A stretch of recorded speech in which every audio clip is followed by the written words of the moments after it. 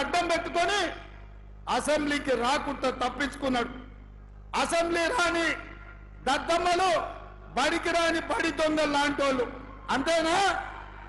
మరి అట్లాంటి బడి దొంగలు నిన్న టీవీ 9లో పోయి కూర్చొని 4 గంటలు కూర్చున్నాడు. సిగ్గున్నది అని అడుగుతున్నా. 10 ఏళ్ళు ముఖ్యమంత్రి చేసిన ప్రతిపక్ష నాయకుడు అసెంబ్లీకి రాకుండా, సమస్యల మీద మాట్లాడకుండా, ప్రభుత్వానికి సలహాలు ఇవ్వకుండా, గత ప్రభుత్వంలో జరిగిన దోపిడీని ప్రశ్నించి అంగిలాగు ఊడదీస్తామని అసెంబ్లీలో మా కళ్ళలకు చూసే ధైర్యం లేక పారిపోయి టీవీ 9లో కూర్చొని నిన్న ప్రగల్భాలు మాట్లాడుతున్నాడు. ఆయన మెదడును రంగరించి ఆయన రక్తాన్ని దారబోసి కాళేశ్వరం కట్టిండంట. దద్దమ్మ, నువ్వు అట్లా కట్టినవో లేదో ఇట్లా కూలిపోయింది. ఇంతకంటే ప్రపంచంలో దివాలగాడేవాడని ఉంటాడా అని నేను అడుగుతున్నా. కాళేశ్వరం డిజైన్ వేసినప్పుడు తీసినవా, దిగినప్పుడు దించినవా అని నేను అడుగుతున్నా. రాపోదాం. ఇప్పుడు కూడా మా శ్రీధర్ బాబు గారి నియోజకవర్గమే మంతన్నిలోనే కాళేశ్వరం ఉంది. చిన్న కాళేశ్వరం, కాళేశ్వరం కలిసిపోదాం. సూటిగా సవాలు విసురుతున్న కేసీఆర్, నువ్వు కట్టిన అద్భుతం ఏందో, ఈ అద్భుతం తెలంగాణకు ఏ రకంగా ఉపయోగపడుతుందో మేమందరం వస్తాం, ఆమె కూర్చుందాం, నిపుణులను పిలిపిద్దాం, మేధావులను పిలిపిద్దాం, తెలంగాణ సమాజాన్ని ఆహ్వానిద్దాం, అన్ని ప్రభుత్వమే ఏర్పాటు చేస్తుంది. నీకు దమ్ము, ధైర్యం, నీతి, నిజాయితీ, చిత్తశుద్ధి ఉంటే రా కాళేశ్వరం పోదాం. అడిగేటోడు నీవోడే, చూపించేటోడు నీవోడే. నీ సొల్లు పురాణం అంతా 4 గంటలు చెప్తున్నావు కదా. నువ్వు కట్టింది అద్భుతమైతే కాళేశ్వరం దగ్గరనే చర్చ పెడదాం రా. 1,00,000 కోట్లు ఖర్చు పెట్టి కట్టిన కాళేశ్వరం కూలింది, మేడిగడ్డ మేడి పండైంది, సుందిల్ల సున్నమైంది, అన్నారం ఆకాశంలో కలిసిపోయింది. ఇది ఆ సన్నాసి చేసిన గొప్ప పని. 10 ఏళ్ళు ఇస్తే గది కట్టిండ్రు. అదే మా కాంగ్రెస్ పార్టీ అధికారంలో ఉన్నప్పుడు, స్వతంత్రం వచ్చినప్పుడు పండిత్ జవహర్లాల్ నెహ్రూ గారు నాగార్జున సాగర్ కట్టిండు. ఎట్లుందో ఒక్కసారి చూడు. అదే మా పార్టీ అధికారంలో ఉన్నప్పుడు శ్రీశైలం కట్టినాం, శ్రీరామ్ సాగర్ కట్టినాం, కల్వకుర్తి కట్టినాం, భీమా కట్టినాం, నెట్టంపాడు కట్టినాం, జూరాల కట్టినాం, శ్రీహరి గారు మొదలుపెట్టిన దేవాదుల కట్టినాం. మేం కట్టిన ప్రాజెక్టులు ఎట్లున్నాయో ఒక్కసారి వచ్చి చూద్దాం రా. నువ్వు కట్టిన కాళేశ్వరం ఎట్లేడుస్తుందో ఒక్కసారి చూసొద్దాం. అందుకే ఈరోజు ఇక సన్నాసి గురించి ఎంత చెప్పినా సచిన పామే.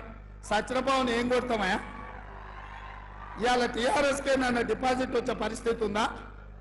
కాబట్టి ఇవాళ టీఆర్ఎస్ కాదు, ఏనుగులను తినేటోడు పోయిందంటే పీనుగులను తినేటోడు వచ్చిందన్నట్టుగా మోడీ తయారైండు. వీళ్ళిద్దరు తోడు దొంగలే. వీళ్ళిద్దరు తోడు దొంగలు గూడు పుటాని తెలంగాణ మీద కుట్ర చేశారు. 10 ఏళ్ళు కేసీఆర్ ఎవరు గెలిచినా ఢిల్లీలో మోడీకే తాకట్టు పెట్టాడు. వీళ్ళిద్దరిని వేరువేరుగా చూడలేం. వీళ్ళిద్దరు నానానికి బొమ్మ బొరుసు లాంటి వాళ్ళు. వీళ్ళిద్దరు కలిసికట్టుగా తెలంగాణకు అన్యాయం చేసిన వాళ్ళు. అందుకే డిసెంబర్లో జరిగిన ఎన్నికల్లో చంద్రశేఖరరావుకు బుద్ధి చెప్పిండ్రు. ఇవాళ మే నెలలో జరగబోయే ఎన్నికల్లో నరేంద్ర మోడీకి గుణపాఠం చెప్పాలి. నరేంద్ర మోడీ గారు ఇచ్చిన హామీలు ఏవైనా అమలైనాయా భారతీయ జనతా పార్టీ నాయకులు చెప్పాలి. ఇవాళ నేను అడుగుతున్న బీజేపీ నాయకులను, ప్రచారానికి వస్తున్న నేతలను, ఆనాడు నరేంద్ర మోడీ చెప్పిండు ప్రతి సంవత్సరం 2 కోట్ల ఉద్యోగాలు ఇస్తా అన్నాడు. 10 ఏళ్ళైంది ప్రధానమంత్రి అయి. 20 కోట్ల ఉద్యోగాలు ఇవ్వాలి. నేను అడిగిన ప్రశ్నకు 7,21,680 ఉద్యోగాలు ఇచ్చినామని పార్లమెంట్ లో సమాధానం ఇచ్చాడు. ఇస్తాన 20 కోట్ల ఉద్యోగాలు ఎక్కడా, ఇచ్చిన 7 లక్షల ఉద్యోగాలు ఎక్కడా అని చెప్పి నరేంద్ర మోడీ గారిని నేను అడుగుతున్నా.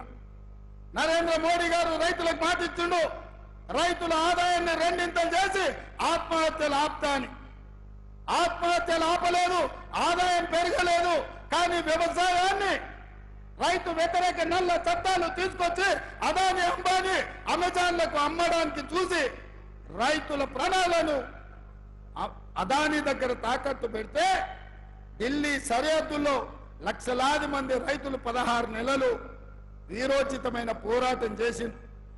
సరిహద్దుల్లో సైనికులు ఎట్లా కొట్లాడతారో ఢిల్లీ సరిహద్దుల్లో పంజాబ్, హర్యానా, ఉత్తరప్రదేశ్, మధ్యప్రదేశ్, రాజస్థాన్ ప్రాంతాల నుంచి వేలాది మంది రైతులు వచ్చి నరేంద్ర మోడీ మీద యుద్ధం ప్రకటించి రైతు వ్యతిరేక నల్ల చట్టాలు వెనక్కి తీసుకోవడమే కాదు, నరేంద్ర మోడీ మెడలు వంచి రైతాంగానికి క్షమాపణ చెప్పించిన చరిత్ర హర్యానా, పంజాబ్ రైతులకు ఉంది. ఇదే కాదు, 2014 ప్రధానమంత్రిగా పోటీలో ఉన్నప్పుడు చెప్పిండు, చాలా మంది నాయకులు లక్షలాది కోట్ల రూపాయలు సంపాదించి స్విస్ బ్యాంకులో పెట్టిండ్రు. ప్రధానమంత్రి అయిన మరుక్షణం లక్షలాది కోట్ల రూపాయలు స్విస్ బ్యాంకులో నుంచి తెచ్చి ప్రతి పేదవాడి ఖాతాలో 15 లక్షల రూపాయలు వేస్తా అని మాట ఇచ్చాడు. నేను అడుగుతున్న వరంగల్ మిత్రులను, మీ ఖాతాలో ఎవరికైనా నరేంద్ర మోడీ 15 లక్షల రూపాయలు వేసిండా? వేసిండా? వేసిండా? మీకెవరికి రాలే కదా. మన రాష్ట్రంలో ఏ ఒక్కరికి రాలే. మరి ఇవాళ ఏ ముఖం పెట్టుకొని ఓట్లు అడుగుతున్నాడు? రైతుల ఆదాయం పెంచుంటా రెండింతలు చేస్తా అన్నాడు. ఇవాళ పండించిన పంట కొనే దిక్కు లేదు, రైతు వ్యతిరేక నల్ల చట్టాలు తీసుకొచ్చిండు. ఇట్లా ఏది చూసినా నరేంద్ర మోడీ చేతిలో మోసపోయినాం. ఇక తెలంగాణ విషయానికి వస్తే, ఆనాడు రాష్ట్ర పునర్విభజన చట్టంలో ఖమ్మం జిల్లాలో ఉక్కు కర్మాగారం పెట్టి ఆదివాసీ సోదరులకు ఉద్యోగ ఉపాధి అవకాశాలు కల్పించాలని సోనియమ్మ మనకు మంజూరు చేసింది. బయ్యారం ఉక్కు కర్మాగారం ఇచ్చింది. 10 ఏళ్ళైనా అక్కడ పరిశ్రమ పెట్టడానికి వీలు లేదు, అక్కడ వీలు కాదు అని ఖమ్మం జిల్లాలో బయ్యారం ఉక్కు కర్మాగారం తిరస్కరించి ఈ ప్రాంతానికి ద్రోహం చేసింది నరేంద్ర మోడీ. అదే విధంగా Warangal Kazipet railway coach factory, Warangal Kazipet junction అంటే దక్షిణాది రాష్ట్రాలను కలిపే జంక్షన్. ఇక్కడ కోచ్ ఫ్యాక్టరీ పెట్టడం ద్వారా దేశానికే పెద్ద పరిశ్రమ తీసుకురావాలని సోనియమ్మ ఆలోచన చేసింది.